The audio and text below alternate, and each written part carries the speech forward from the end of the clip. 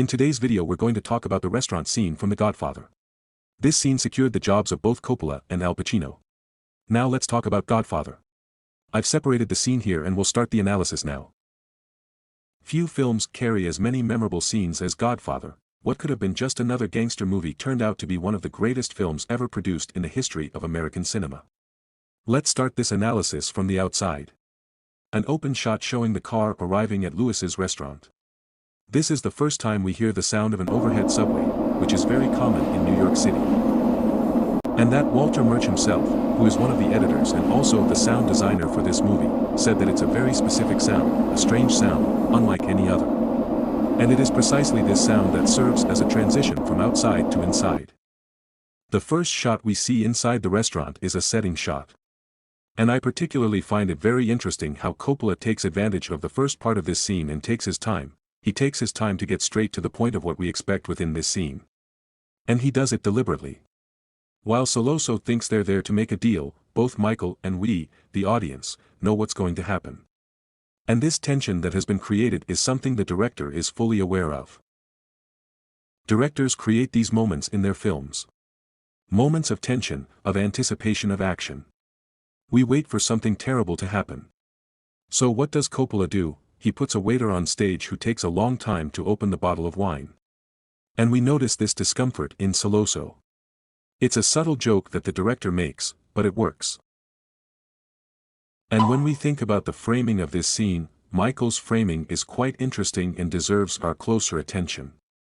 When we look at Soloso, behind him is the bathroom, where the gun that will take his life is.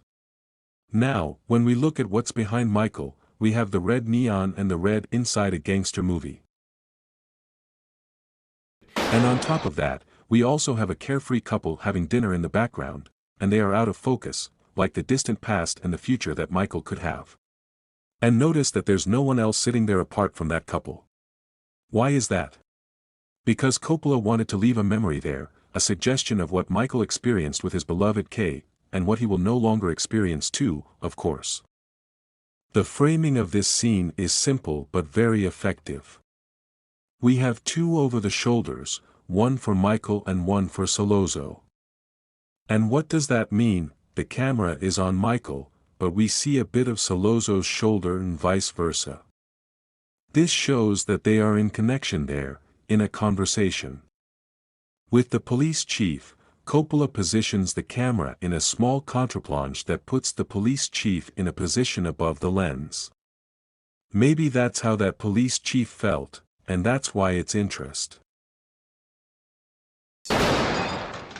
And the proposal for this scene was that there should be no music and also no subtitles for this moment. And it's a very brave decision. Remember, it's a studio movie. Wouldn't the audience be a little lost at that moment? Why does the director choose not to give the audience this information? Because what really matters here in this scene are Michael's eyes and how the character is feeling, how Al Pacino plays Michael. In other words, there's no room for trivial conversation. Notice that we only understand things again when Michael speaks in English, and what he says is important too. Soloso confesses the Tattaglia family's involvement and pressures Michael to make a deal. Notice that Soloso never stops talking to Michael in this scene, and how does the director communicate this change to the audience? We now have close-ups on both Michael and Soloso. We become more and more enclosed in the situation. So the tension grows with this choice. And an interesting point here is that Michael actually says what his big goal is in this scene, and even what his big goal is in the movie as a whole. He says that all he wants in his entire life is for the attacks on his family to stop. And we know he's not lying here. It's in fact what led him to this restaurant, it's what led him to this moment. Until then, all he wanted was to be different. After this initial tension has been created, the director opens the over-the-shoulder scene again for Michael and he asks to go to the bathroom. In this scene we have a very interesting description in the script. Soloso is intuitively suspicious. He studies Michael and his black eyes. This is a beautiful way of describing an action within the scene, and it's translated with the actor's beautiful performance. After Michael gets there, we start to hear the sound of the train again. That sound comes back. And there's a certain difference from what was in the script to the recorded scene. And I find that quite interesting. In the script, Michael actually used the restroom before getting the gun, not in the movie. In the movie he goes straight for the gun. And why do I find this change interesting? Maybe if the character actually managed to use the bathroom in such a tense moment. This demonstrated a coldness on the part of the character that wasn't so interesting for the scene, and when he comes out of the bathroom, we, the audience, at least had the information that he was going to shoot those characters. Only Michael sits down, completely contradicting our expectations. And now it's a different scene. It's the same place, the same characters, but the information is completely different, and when people ask me, what a great interpretation, I like to recommend this scene. Notice the difference in the look. Before he had the gun.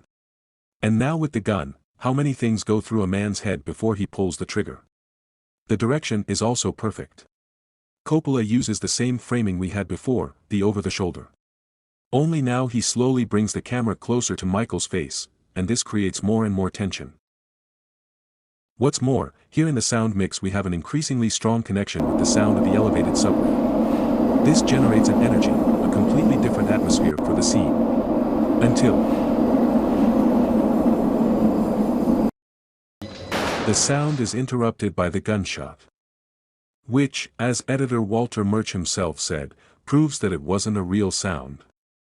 It's as if we were inside the character's head, who is not only killing two people, but also his dream expressed at the beginning of the movie.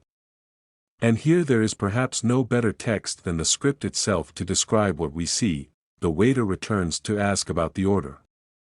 Soloso turns to answer, and without warning, Michael pushes the table away from him with his left hand. He pulls the trigger and we see part of Soloso's head explode. A fine spray of blood covers the entire area. The waiter looks up in amazement and suddenly his white jacket is covered in blood. Soloso seems to be in a perpetual fall to the ground, seemingly suspended in midair. Michael turns his attention and looks. There's McCluskey, frozen, the fork with a piece of veal suspended in the air near his mouth. Michael shoots, hitting McCluskey in the middle of the throat. He makes a terrible choking sound. It's a shocking sound. Then, coldly and deliberately, Michael shoots again. Right in the middle of McCluskey's head, Michael now looks at his victims.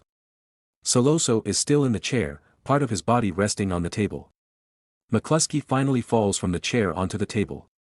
Michael is on an uncontrolled high. He starts to walk away.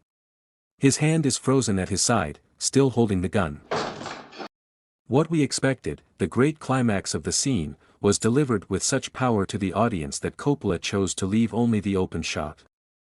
And then we know that he has the gun in his hand and the path he takes to release it is simply marvelous. This is a brief but powerful demonstration of what Michael has inside him. The whole movie up to this point has been created for this moment to happen. It's a scene about anticipation and audience expectations, and it's also the beginning of Michael. It's no wonder that both Coppola and Al Pacino have gone from having the rope around their necks to becoming big names in cinema. Thank you very much for watching it to the end. Don't forget to share it and like it. It really helps to spread the word about your friend's work. Here's an ad from our sponsors. If you suffer or are afraid of ever developing cancer, I know you keep wondering, what will become of me? Will I be alive tomorrow? Will one day, will the pharmaceutical industry be able to create a solution to my problem? One thing I assure you, this industry is not worried at all about you. Think with me, why do you think technology involves, the sciences involved, medicine itself involves? And we still don't have a solution to this old problem, fortunately along with my team. We have gathered more than 100 definitive forms to beat cancer, some of them 10,000 times more effective than the conventional way. Do you want access to this list? Then click on the link and come find out. The link will be fixed in the comment.